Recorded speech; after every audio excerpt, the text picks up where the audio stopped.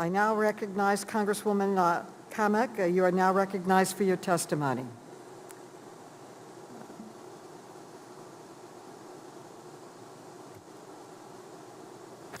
Thank you, Madam Chairwoman.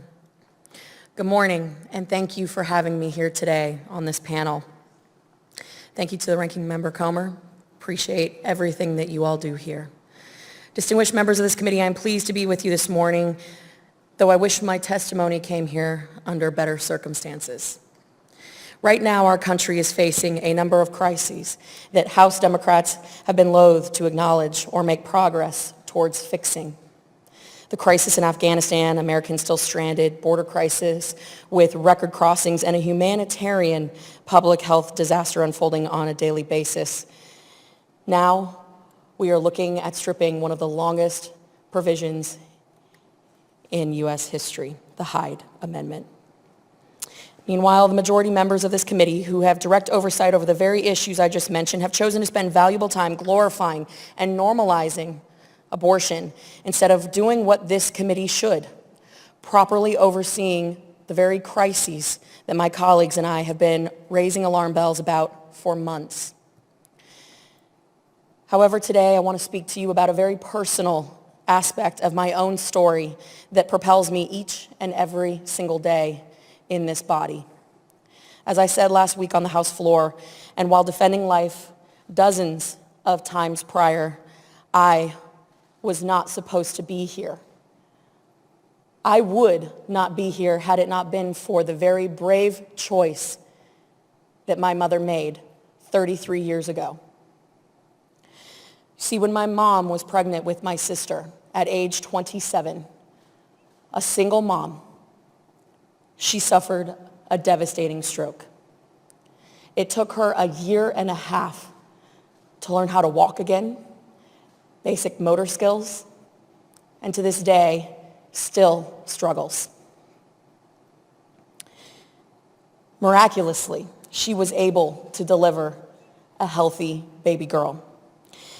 And many years later, when she was pregnant with me, she found, through the advice of her doctors, that no, it was highly unlikely, if not impossible, for not only her to survive, but me as well. So you can imagine the fear, the disappointment, the struggle, the internal anguish that my mother felt as doctors told her that she needed to abort her child. You can imagine the pain that she felt when her own family told her that she needed to abort her child. But because of her strength, she chose life. That wasn't an easy decision for a single mom, for a working class mom. Someone herself who had lived a life of disappointments, of struggle, addiction, and yet, despite everything, she chose life.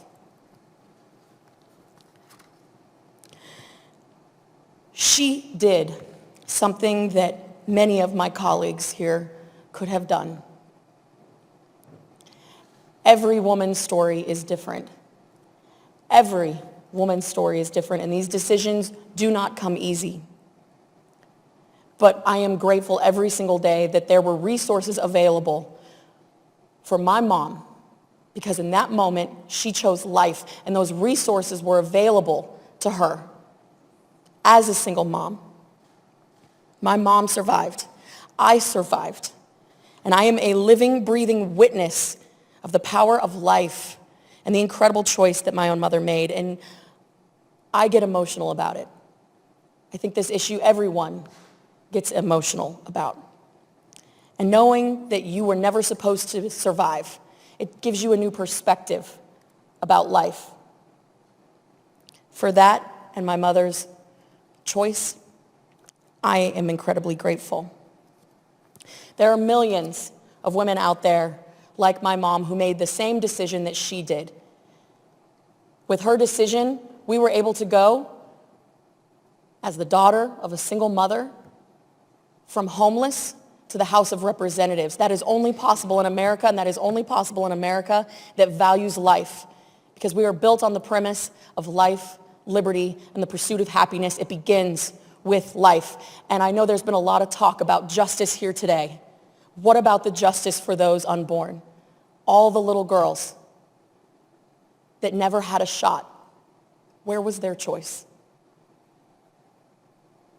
It's because this body is saying that they don't get a choice. They don't get a shot at life.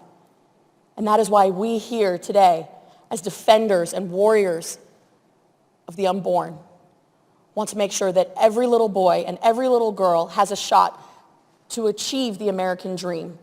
That same American dream that has allowed me to be here speaking to you today. Thank you, Madam Chairwoman, for allowing me to share my story, my mother's story, here today. Thank you to all my colleagues and to anyone watching who may one day be faced with this decision, and I pray they choose life.